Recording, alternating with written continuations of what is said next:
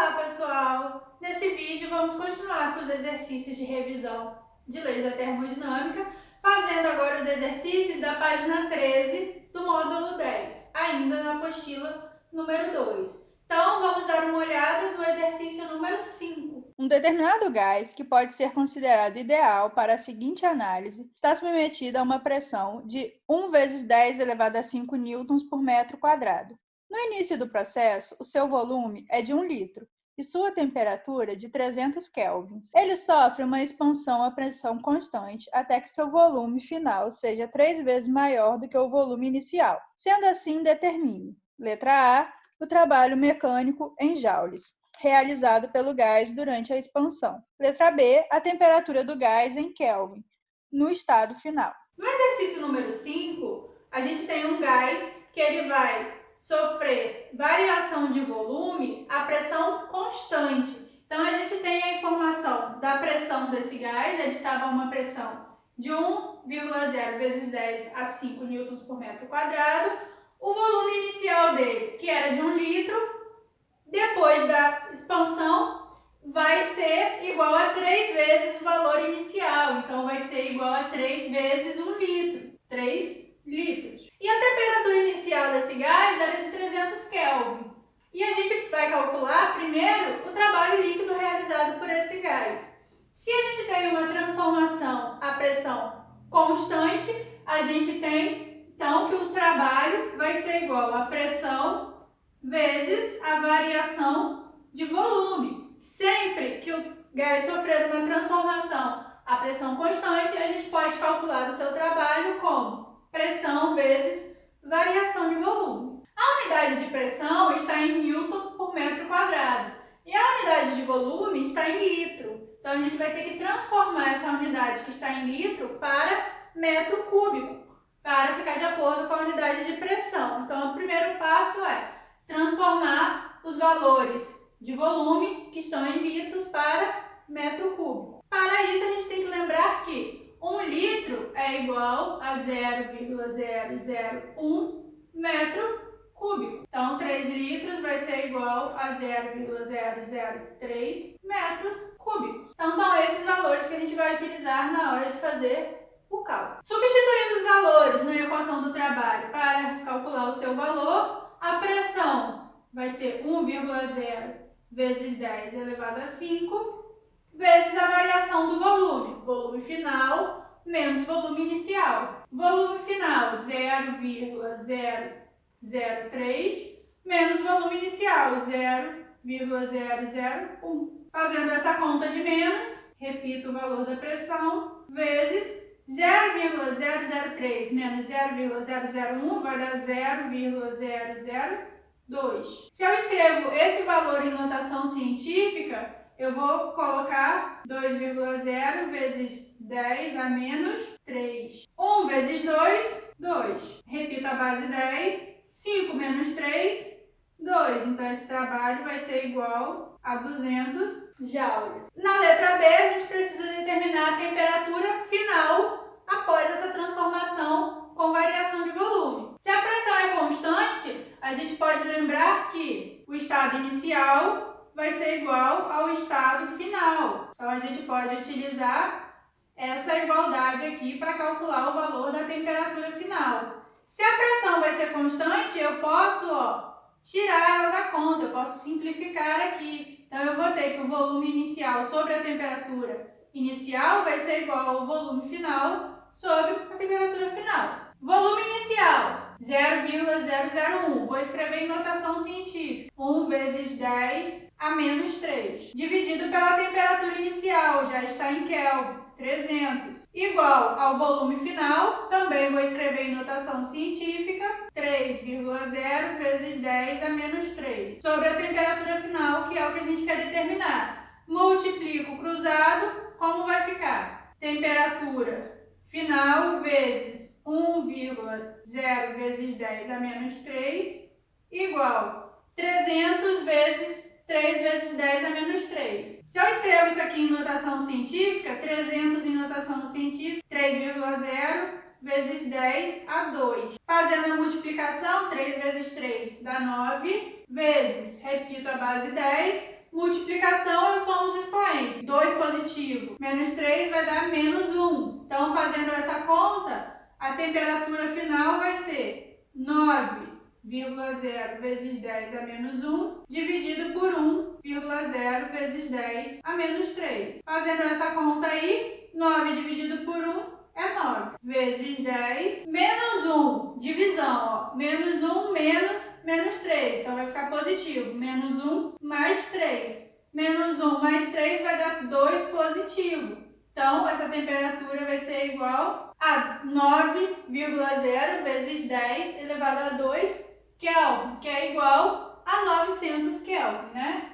10 elevado a 2 é a mesma coisa que 100. Então, a temperatura final é de 900 Kelvin. Vamos dar uma olhada agora no exercício número 6. Num dia de muito calor, um estudante se encontra dentro de um quarto totalmente fechado, estudando para o vestibular. Como o dia está muito quente, o estudante decide deixar uma geladeira que está nesse quarto aberta a fim de resfriar o ambiente. Analise essa atitude do estudante. Então, no exercício número 6, um estudante ele vai estudar num quarto fechado num dia de calor que possui uma geladeira. E ele tem a ideia de abrir a porta da geladeira para resfriar o quarto. Isso vai funcionar? Ele vai estar num quarto fechado com a porta da geladeira aberta. A quantidade de calor retirada do quarto vai ser devolvida pela geladeira.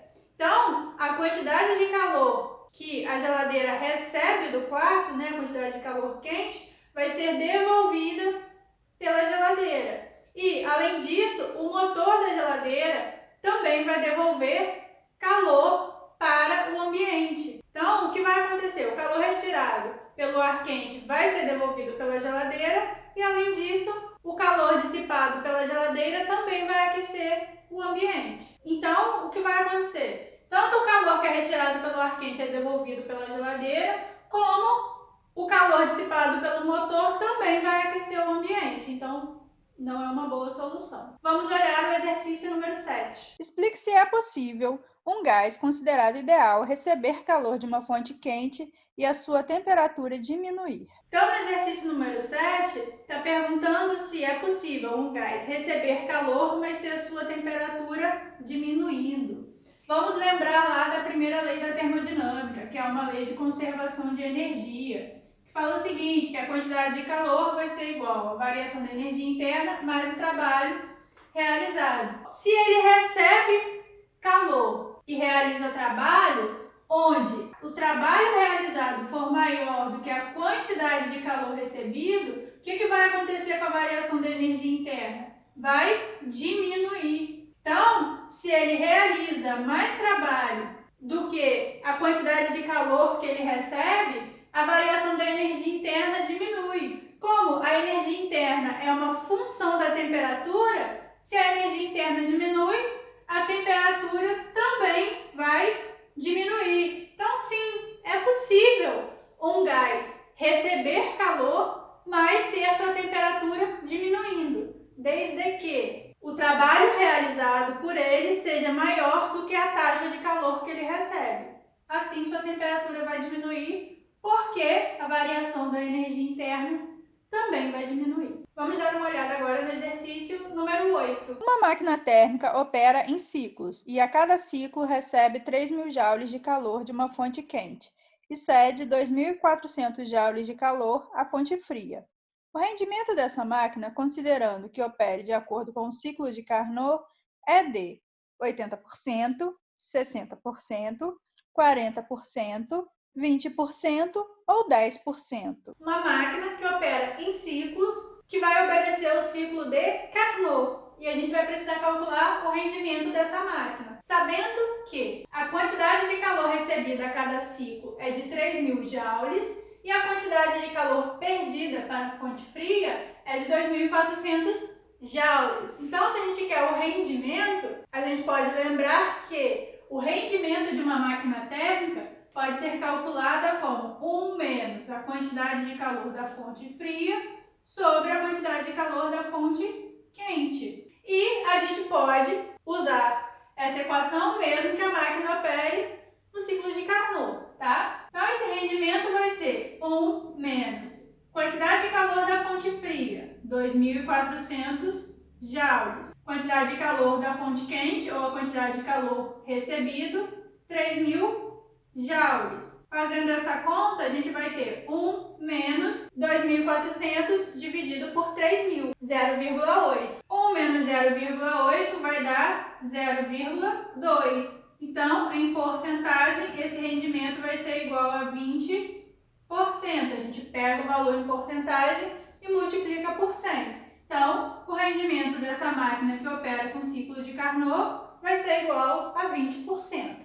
Vamos olhar agora o exercício número 9. Um recipiente constituído de paredes deformáveis contém 4 mol de uma certa massa gasosa considerada perfeita. A pressão de 8,3 vezes 10 elevado a 3 newtons por metro quadrado. Essa massa gasosa, ao receber 3.000 joules de calor, sofrer um acréscimo de temperatura de 300 Kelvin, sob pressão constante, a variação de sua energia interna será D. Dado constante universal dos gases igual a 8,3 joules por mol Kelvin, letra A, 6.960 joules. Letra B, menos 6.960 joules. Letra C, menos 2.700 joules. Letra D, mais 2.700 joules. Letra E será nula. No exercício número 9, a gente tem um recipiente com as paredes deformáveis, então as paredes podem mudar de tamanho, que tem 4 mols de uma massa gasosa, então possui um gás com 4 mols, com pressão constante de 8,3 vezes 10 elevado a 3 newtons por metro quadrado, que recebe 3.000 joules de calor e tem sua temperatura variando, então a temperatura vai aumentar 300 Kelvin. Então, a variação da temperatura, o ΔT, é igual a 300 Kelvin. Sabendo que a constante universal dos gases é 8,3 joules por mol Kelvin, qual vai ser a variação da energia interna desse gás? Se eu quero variação da energia interna e eu sei a quantidade de calor recebida, eu posso relacionar com a primeira lei da termodinâmica. Quantidade de calor é igual a variação da energia interna mais trabalho. Eu quero o valor da variação da energia interna, eu sei a quantidade de calor recebida, mas eu não sei o trabalho. Então, a gente vai precisar calcular o valor do trabalho. Como a transformação vai ocorrer com pressão constante, a gente pode calcular trabalho, a pressão constante, então aqui vai ser constante o valor, como pressão vezes variação do volume. A gente não tem a variação de volume, a gente tem a pressão. Então, a gente sabe que essa pressão vale 8,3 vezes 10 elevado a 3. Falta o volume, o ΔV. A gente pode achar a variação de volume usando a equação do Clapeyron, porque a gente tem o número de mols do gás e a gente tem a variação de temperatura, a constante universal dos gases e o valor de pressão. Falta variação de volume. Então, a gente vai utilizar a equação de Clapeyron. Pressão é igual a variação do volume, igual ao número de mols, vezes constante universal dos gases, vezes variação da temperatura. A pressão, 8,3 vezes 10 elevado a 3, vezes variação do volume, igual ao número de mols, 4, vezes a constante dos gases, 8,3, vezes variação da temperatura, 300 Kelvin. Agora é só fazer a conta para achar o valor do ΔV. Vou multiplicar esse lado aqui do igual. 4 vezes 300, 1.200. 1.200 vezes 8,3, 9.960. Para achar o ΔV, esse valor que está multiplicando passa para o outro lado, dividindo. 9.960 dividido por 8,3 vezes 10 elevado a 3, 1,2 metros cúbicos. Então, agora que a gente tem a variação do volume, a gente substitui aqui para achar o valor do trabalho. Então, esse trabalho vai ser 8,3 vezes 10 elevado a 3, valor da pressão, vezes o valor do volume, 1,2. O trabalho vai ser igual a 9.960 joules. Com o valor de trabalho, a gente substitui na primeira lei da termodinâmica e acha variação da energia interna.